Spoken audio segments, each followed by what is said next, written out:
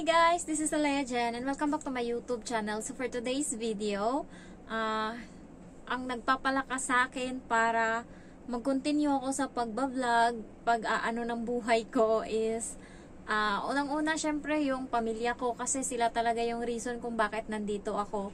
Sila talaga yung reason kung bakit nagtitiis ako, nagtsatsaga ako dito, and sila yung reason kung bakit ko pinagpapatuloy yung pagtatrabaho dito. Pangalawa ay syempre yung mga subscriber ko. Lalo na ngayon, kakatapos ko lang basahin yung mga comment nyo na kayo yung, or ako yung pinanood nyo, kaya malapit na kayong umalis. September, alis na. Next week, alis na. So, ganyan. So, ako daw yung nagpapalakas ng loob nila. So, nakakatuwa lang na mabasa na isa pala ako sa naging inspirasyon nyo. And also, kapag nandito na ako sa Hong Kong, or kapag naglalakad ako sa kahit saan, kahit dito sa building namin, sa labas, sa daan, kahit saan guys, especially sa Central, sa kinakainan ko sa Kimberly Lunch, marami akong mga nakikitang mga subscriber ko na nakakatuwa. Miss Jen, ikaw yung dahilan kaya nandito ako, Miss Jen. Palagi kita pinapanood, nakakatuwa. Thank you so much kasi na-appreciate nyo yung mga mga tips ko, and sana nakatulong siya sa inyo kasi based on my experience lang naman lahat yan, kasi nandyan na yung kamarites ko kung ano yung nangyayari sa akin sa bahay. Maraming nakaka-relate kasi yung mga amo dito guys, halos ano-ano lang din sila ng pag-uugali, lalo na sa kaartihan.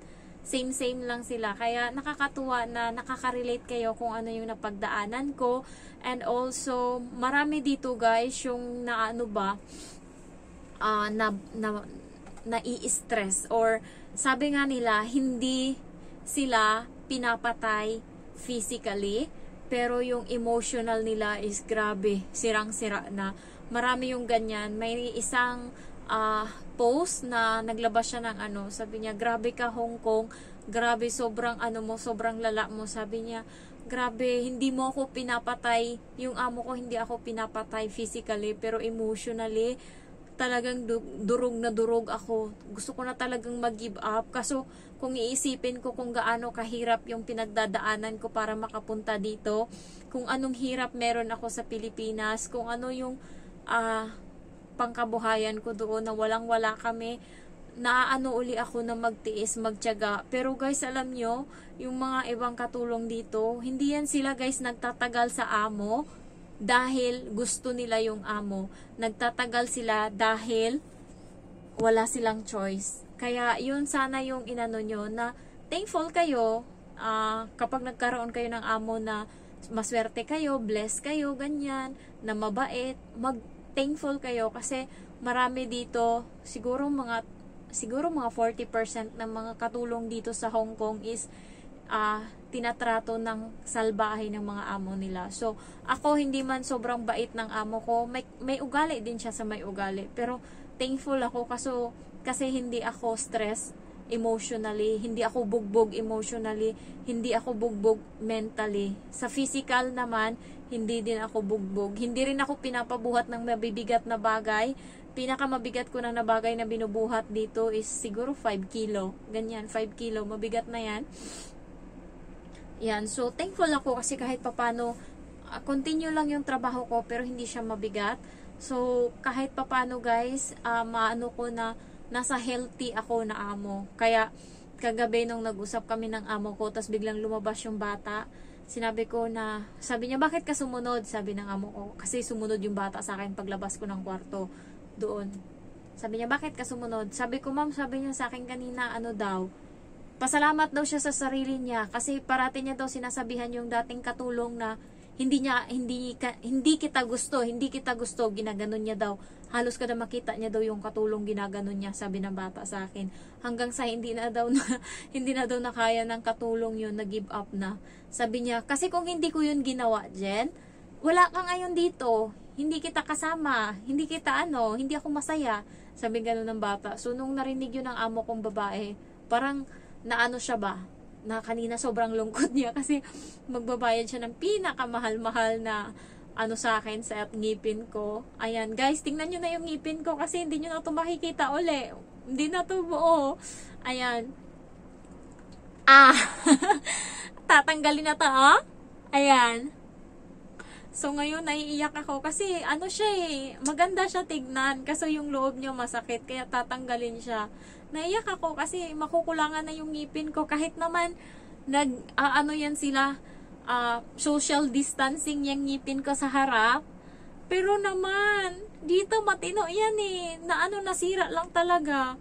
So, ayan, last na nakita to sa akin kasi, bukas, sa Monday tatanggalin na to. So, wala na. Pero hindi naman siya kita sa labas. Pero masasad lang ako kasi kulang na ako ng ngipin. Oh, nilalaban ko to eh. Alam nyo bang inaalagaan ko tong mga ngipin ko? Kapag may nakita kong may sira, pinapapastahan ko yan agad para hindi na maano yung sira niya. Tas ngayon, ito talaga nangyari. Kasalanan talaga to ng medical. Papunta ko dito. Kasi, siya eh, sinira ng medical sa Pilipinas. Sabi niya kasi sa akin, hindi ko pipirmahan yung mo pag hindi mo ipapasta yung ngipin mo. Hindi ko pipirmahan yung papel mo. So, wala akong ginawa. Pinapastahan ko sa kanya. Binutas niya. Pagkatapos, yung pinatong niya na pasta, hindi man lang uminit, guys. Parang mais na maliit na nilagay. Pinatong niya lang pag uwi ko ng bahay na tanggal. So, nung time na yun, paalis na ako papuntang Hong Kong na. Hindi ko na naisip na papastahan kasi nung time na yun ginagastusan ko yung sarili ko sa ko dito eh, sa pag-apply ko. Walang tumulong sa akin ni isang tao sa pag-apply ko dito, kaya wag nyo akong wag nyo akong sabihan na yan, wala akong utang na loob, ganyan or hindi ko kayo kasi guys, nakapunta ako dito ng ako lang, na hindi ako umaasa kahit kanino. Kaya wag nyo akong sumbatan sa mga nakakakilala sa akin. Kaya pag uwi ko, nung nakaraang uwi ko kasi, yung laman ng box is, binigyan ko lahat ng mga kapitbahay namin. May mga isa-isang pangalan yan. Tapos nitong uwi ko, sabi ko para na to lahat sa pamilya ko. Hindi ko binigyan yung mga tao. Isang box yung nauwi ko. Tapos, hindi ko sila binigyan ko lang, ewan ko, yung mama ko yung namigay, pero kasi may kupit din ata yung mama ko sa box na dumating, guys. Kasi nga, ang ginawa ko kasi, binuksan ko, nung pagdating ko, 6:00 na ako dumating. So, binuksan ko yung box. And then, ang lahat ng binigay ko sa ate ko, inano ko na, nilabas ko, kinuha na ng ate ko. Tapos yung amin, binalik sa box. Tapos natulog na ako. Umalis na kami ng bahay ng jowa ko. Tapos sila na yung naiwan ng kapatid ko. Hindi ko alam. Ang aga siguro ng mama ko gumising. Pinangharbat niya na lahat ng laman. Nagulat ako. Hindi ko na makikita yung malalaking ham. Marami akong malalaking ham na dinala pag uwi. Pagbalik ko, hindi ako nakakain ng ham doon. Bumili ako. Wala na. Hindi ko alam nasaan. So, yun. Hindi ko lang alam. Kaya, kahit marami yung laman ng box, pag uwi ko, pagbalik ko sa bahay nung umaga, konti na lang yung natira. Tapos yung kapatid ko, abnormal, pag may mga pumupunta sa bahay ng mga kaibigan niya, wala naman siyang dala masyadong chocolate pagdating. Ako yung madaming dala. Yung akin, yung pinamimigay niya doon sa mga kakilala niya, magugulat ako. Ang binigay niya pa yung dala ng boyfriend ko galing Amerika, yung mamahalin na chocolate. Isang pack talaga, halimbawa, yung 250 gram, ganun. Tapos may mga sabon pa yan, tapos may mga 6 na Toblerone! 6 na Toblerone! Maalala ko ngayon, nag-freak out ako. Umalis kasi ako ng bahay. So, pagdating ko, binigay niya na sa auntie ko yun. Tapos, nakita na ng auntie ko, binuksan niya na yung plastic. Maraming laman, guys. Binilang ko yung Toblerone, 6. Tapos, yung mga biscuit ko doon. Tapos, yung isang pack nga na chocolate na dinala ng boyfriend ko, binigay niya. Sabi ko, Mang, sino nagbigay ng chocolate? Sabi niya, si Maymay. Sabi ko, ba't ganon? Binigay niya lahat. Akin yun dala ko yun Bakit niya binigay lahat? Parang naano ba ako? Hindi nila inisip kung ano yung hirap ko nung pag-box nun. Para sa amin yun lahat Kasi nga nung nakaraang padala ko para sa mga kapitbahay yun. Kaya ngayon, para sana sa amin, nagulat ako guys pagdating ko. Hindi ko rin maharap-harap kasi nandyan yung boyfriend ko. Wala akong time para halongkatin yung box. So sila na pinabayaan ko na sila. Nagpagusto na sila ng kuha. Tapos pinamigay sa mga kakilala nila. And merong dumating doon na kapatid ng ex ng kapatid ko. Hingi siya sa akin Buti nandun ako sa bahay. Sabi niya, pahingi ako ng chocolate mo doon, Day. Binigyan ko siya ng kaunti, parang isang ganun lang. Hindi siya natuwa sa binigay ko. Sabi niya, hindi ko na lang sila bibigyan. Ibalik mo na lang yan dyan. Parang sumama yung loob niya kasi konti lang yung binigay ko. Kasi naman para sa amin yun. Lalo yung mama ko, mahilig siyang kumain. Halimbawa, natutulog siya sa tanghali. Natutulog yan siya alas 12:30. Pagising niya ng alas 3, umuupo yan siya sa may upuan. Tapos kumakain na siya. Mahilig siyang kumain. Hanggang sa mabusog siya. Titigil na siya pag busog na siya. So, ganun yung ginagawa niya. Kaya, ayokong ipamigay yung mga kasi alam ko yung mama ko mahilig kumain Kaya nung pag-uwi ko nito, tignan ko uli yung video ko nung pagpako kasi maraming kulang Buti na lang kamo nakuha ko na yung para sa kapatid ko, para sa papa ko, at para sa kapatid ko talaga. Tapos yung iba, hindi ko na binigyan yung mga kapitbahay namin. So maraming pumunta, kaso wala na akong maibigay kasi wala na ngang natira. Hindi ko alam kung nasaan na. Hindi ko na alam. Wala nang natira. Wala nang mga chocolate. Hindi ko na alam kung nasaan.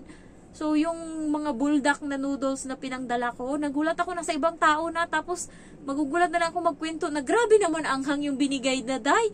Wala akong binigay sa inyo.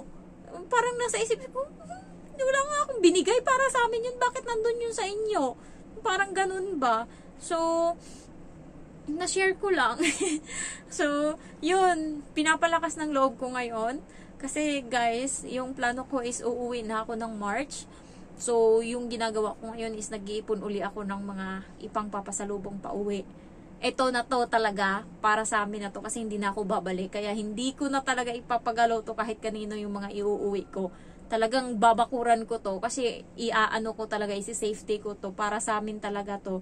So, ayun lang. May mga dala pa akong piyaya noon, biskotso. Hindi ko na nakita nasaan na yung biskotso. Wala na akong nakitang biskotso, guys. Ang nakita ko na lang doon, pinasugbo. Ang piyaya, wala na din ako nakitang piyaya. Pinamigay na nga ng mama ko.